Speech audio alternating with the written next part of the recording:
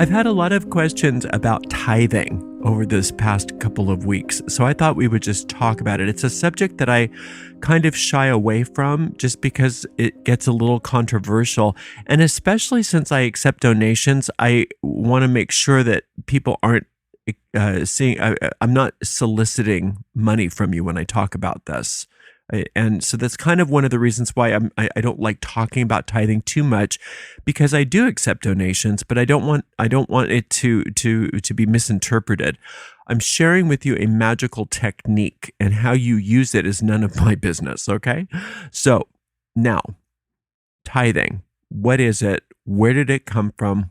How do we use it? Does it work? Do you need it? All right.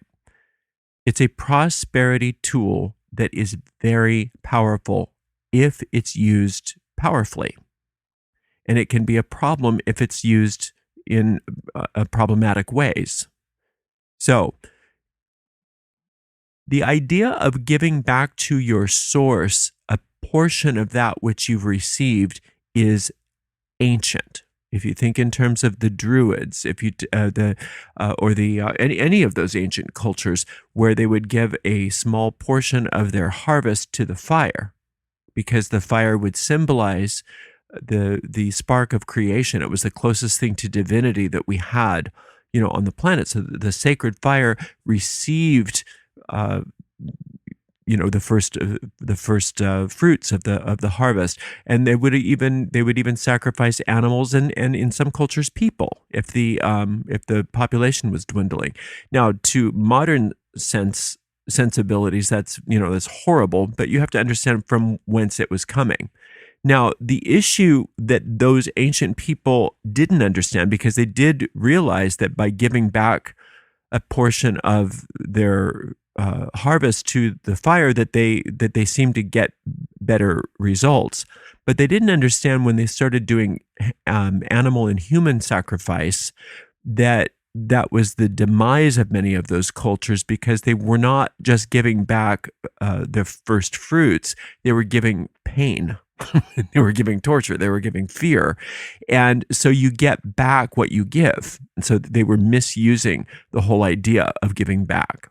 Now, it's not necessary, we understand now, that you give to the fire. Other than symbolically, we still do that sometimes in ritual. What tithing is giving back a portion of your good, a portion of that which is your sustenance. So for most people in the modern day, that's money, because that's what we use for our sustenance. That's how we exist. We can exchange anything we need, goods and services, using money. We can turn it into what we need. So that's what most people tithe with, because what you want to do is the essence of what those ancient cultures were doing, and that is giving back a portion. But it's not because God needs your money. It's the act of generosity. It's the act of reconnecting with your source, spiritualizes your money, and thereby increases it. Now, the mystery of the 10 can be seen in the actual two characters. There's a 1 and a 0. So the 1 represents the rod, and the 0 represents the chalice, or the phallus in the womb. So it's God and Goddess together, which is it's a creative number. It's a procreative number. So yes, it's the number of completion, but it's also the number of increase, because it is masculine and feminine together. Not only that, but it's a very simple figure to understand. For instance, if you were wanting to implement your tithe, just figuring out how much to give it's a tenth. It's a tenth of what you receive. So if I received $500, I know that I'd want to give $50 as my tithe. Okay, so and what that does is it spiritualizes the whole thing, and it puts my relationship to God first, and recognizes from whence the $500 actually came. I might think that it came from a client, but it came through a client, and it came straight from my source. So I want to give back to the source in order to keep this going, in order to keep it progressing. So that's the theory behind tithing, is just to give back, just like our ancient ancestors did, a portion of what we receive in order to keep the increase going. And For most people that practice it, it works beautifully, but only if you have the right attitude. Now, so here's how it works. First and foremost, you have to decide where you're giving your tithe, or where you're giving. Sometimes we call it a giveaway. Where are you going to give this giveaway? Well, technically, the way I was taught by my teacher and the way I continue to do it, and I teach other people to do this as well, is you give wherever you have felt spiritually nourished the most. So, and that can change, and that can be multiple places. Somebody says, "Can I give my tithe? If I have that $50, can I give it to more than one person?" You can give it wherever you want. Nobody can tell you where you can give and where you can't give. It's just, if you really want to connect with what a tithe is, it's where you're receiving your spiritual nourishment. That's why most people tithe to their churches or to their, to their synagogues. But most pagan people don't have that. Most pagan people have to be more creative with it. And so sometimes it can be challenging to decide, well, where is my tithe going to go? And that's why we say, ask. Ask Spirit to guide you. Spirit will always tell you where to give your tithe. You'll be led, and you don't have to worry about it. You just ask, where should I give my tithe? It's not so much that you're going to give it to the wrong place and then everything's going to come toppling down. It's just that you have to understand the difference between giving back with the right energy. So some people say, well, how about if I just give it to a homeless person on the street? It's wonderful to want to give to a homeless person, or it's wonderful to want to give to your niece who needs money. That is beautiful, but it's not your tithe. It's a different thing. That's a type of charity, and charity is wonderful. You can't outgive God. You can't give too much. The more generous you are, the better. But your tithe, that first tenth, technically speaking, should go back to your source. You don't want to give to need. You want to give to God or Goddess or God and Goddess. And that's why sometimes it can be a challenge. Where do I give? Where do I give? But you just ask. Now, if you are truly divinely led to give to some place like the homeless person or that's fine. But it's usually not the case. It's usually the case that you're going to give somewhere where God's work is being done to help the work be done. That's usually what it is. That's usually where you're going to be led to give. Now, your first tenth is earmarked for that. But anything above and beyond that is fair game. Anything above and beyond that first tenth, you can give to anyone you want. You can give an extra tip. You can give it to a homeless person. You can give it to anybody at all, and you can still claim your tenfold return on that. Okay, so your first tenth should go to wherever you feel like you're receiving spiritual nourishment, one or more places. And you want it, when you give with love, you give with joy, and you give with gratitude. You consider it a type of worship. And then when you're giving, you claim your tenfold return. You say, this is my tithe for that $500 that I've already received, and I know now that I'm going to get even more. Right? Now, above and beyond that, because your tenth is you're giving based on what you've already received. But if you give above and beyond that, regardless of where you're giving, you claim an increase. You claim an increase. So, like if you're giving after you've given that $50, anything above and beyond that, you claim what you're getting tenfold back. If you give $5, and I claim my $50 return. You give $500, I claim my $5,000 return, and you claim it, and you name it, and you know that it's coming, and you're clear on that. Tithing in advance, a lot of people call it. So tithing is a tool. It's a method by which you can assure that your finances are spiritualized, that your finances are constantly being blessed, and that you have a never-ending pipeline and safety, so that your finances are always safe. Most people, when they are used to tithing, it's like exercise. It takes a while. You got to get into the habit of it. It's not something you do sporadically. It's something that you do as a general rule. It's like brushing your teeth. There's a lot to say about tithing in regards to also with your spell casting. you can't get something for nothing, right? So a lot of times when you're casting a spell and you're asking for something, you need to give. You need to give in order to receive. And so you don't have to ask, where should I give for this spell? Because it's already built into your lifestyle. You can pretty much do what you want because you're already tithing, you're already giving, you're already in the flow. So if you're tithing on a regular basis, you don't have to worry about, well, what's the spell going to cost me? Because it's already kind of baked into the whole thing. So that's another great benefit from the tithing experience. Now, where there's a problem with tithing, there's actually a lot of problems with tithing that don't need to be there, and they are usually based on greed. A lot of preachers teach tithing, and then they want you to give to them, and so everything that they teach is kind of off because they don't care about you; they care about what you're going to give to them. So if any spiritual organization or teacher is teaching you a principle because they care about you, then they're probably giving you the whole truth. But if they're giving you a spiritual principle in order to line their own pockets, then they're probably not giving you the whole truth, because those people usually imply that if you don't give to them, it's not a real tithe. So you got to be careful of that.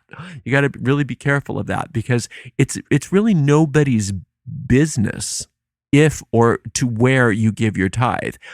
It's just good information to know, but you should never feel compelled to give your tithe, because then it's not a tithe, it's a tax. A tithe, in order for it to be real, has to be freely given with love and gratitude for all your blessings, financial and otherwise. It's a symbol. Now, for a lot of people, it's an expensive symbol because at first 10% seems like a lot of money, but it's nothing more than a symbol of your gratitude for everything that you've received from the universe. And it's giving back to the universe so that good can come into the world. And it's spiritualizing your money, and it's spiritualizing everything that you're doing. A lot of people say, put your money where your mouth is. It's you putting your money where your mouth is as far as God's concerned. Do you really care? Is this important to you? Are you grateful? Well, then let's see. It's just a way of showing it. That's all. But again, nobody should know. It's between you and God, or God, whatever your word is. It's between the two of you. It's nobody's business. And it's not like God's keeping track and saying, well, you haven't been tithing, so it's not like that at all. If you don't dam up the water and you let the tide flow out, then the tide will flow back in with fresh water. It's not that somebody's keeping track in the universe. It's just a natural thing. It's just natural that things work that way. But the mathematic accuracy of how tithing works can be kind of scary, because I've talked about this story before, but it's a wonderful illustration, and many things like this have happened, but this is a wonderful illustration that we were in my business a long time ago, and I hadn't been tithing that long, but my business needed some money for something.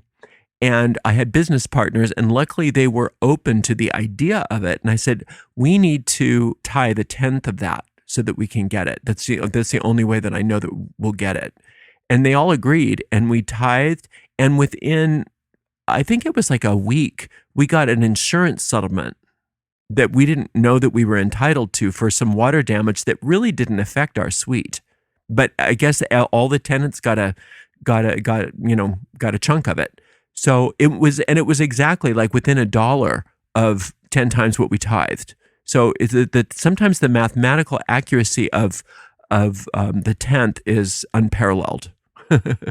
So tithing really does work, but it's something that if it's not something you're interested in, or if it's just you're not going to do it, then don't worry about it. Just maybe come back to it later when you are interested. But if you are interested in it and 10% seems a little much to you, some people say, well, just start, smaller and build your way up. And you can do that. There's nothing wrong with that. Just go with what feels right.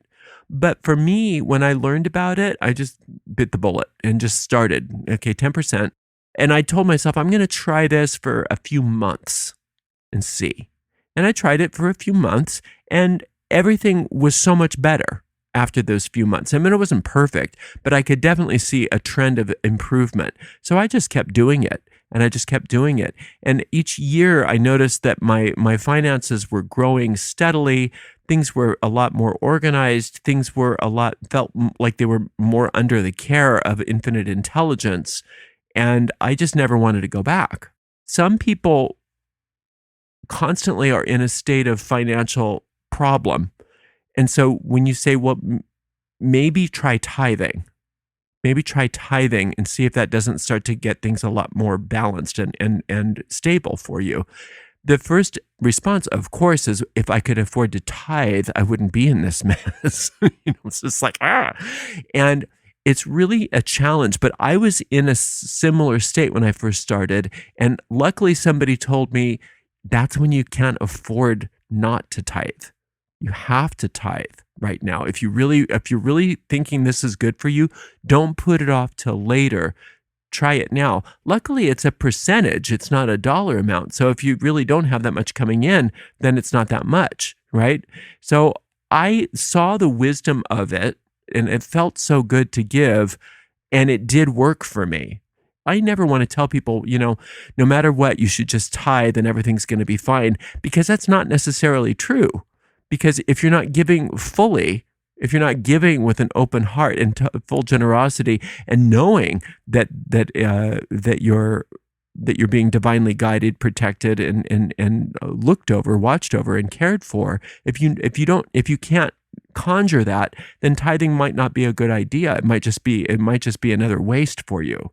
So you really do need to watch how you're giving.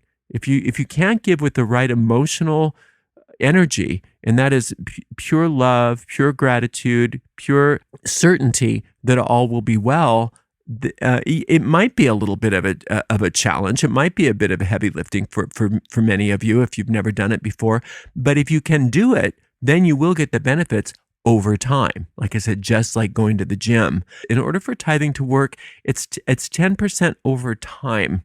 And you got to give it a few months usually to see if it's working for you. And just like going to the gym, you should feel better. You should get an indication that you're doing the right thing. So it's something that I encourage people to experiment with. I encourage people to try it. But at the same time, you don't want to think that it's some sort of get-rich-quick scheme. It's a type of worship that does have very, very long-term effects on your prosperity. I mean, there's no doubt about that over time, it really does keep your prosperity permanently expanding. But I think some people see it as a quick fix, and then they throw their money away, basically trying to gamble on God. And God's not a slot machine. God's not a slot machine. You're not going to just throw some money at God and say, "Now fix this for me." You have to understand that God is law, and law works in very specific ways. And so as you give, so you receive. Now some people say, "Well, I can't give money, so I'm going to give time," and that's wonderful. But you tend to receive in the form that you're giving. So if you are giving time, you'll probably receive more time. Now, one thing you can do, and I've heard that it works for some people, although I think that it's also after your first 10th. I think that a lot of times if people try to talk themselves out of giving money, so there's just like, well, anything but money. If you have an anything but money attitude, then anything but money is probably coming back for you, and that's not happening to you, it's happening from you, because that's the energy you're bringing to the universe, and so that's the energy that you get. So be aware of that. If you have this anything but money giving mentality, then anything but money receiving is probably what you're setting yourself up for. However, after your first 10th, if you are giving time, you can monetize that in your mind. And I've seen people do this. I don't do it, but I've seen people do it. And they claim that it works. And that is, what is my normal hourly rate? What do I know? Just across the board, not like what would I like it to be, but what do I tend to get? When I'm receiving income, what is my basic hourly rate? And then you basically invoice God for the for the time that you've given, and say, and so I'm receiving this or its equivalent. And I think that there is some merit in that. I can see how that might work, but again, only after the first tenth. I would only do that after the first tenth. The first tenth really should be financial. It really should be money, because that's what tithing is for. It's for your finances. So it's a good tool. It's an amazing tool. It's actually one of the most powerful prosperity tools in the world, and it does work. But you have to be very grown up about it, and you can't use it as a gamble. It's something that you do consistently over time, and then you have to take stock over time. Not did I ever have a financial setback as a tither, or or was there ever a problem with money while I was tithing? Well, of course you can't say that. But overall, have things gotten significantly better since I first started tithing? The answer is almost always yes. Almost always yes. And I don't want to talk about so many of the miracles that I've seen with tithing, because again, I want you to experiment on your own if you want to do that. Because a lot of times when you hear about all the miracles, then you get the wrong idea. You get the wrong idea that again, it becomes like a slot machine, and God's not a slot machine. So you want to give from your heart because you're grateful for your blessings, and know that if you give that tenth, that your increase is always assured. But it's something that's very personal, and it's very private, and it's nobody's business. It's nobody's business but yours and infinite spirit. So give it a try if it's something that sounds really interesting to you. I know it's made a huge difference in my life and in my income over the years.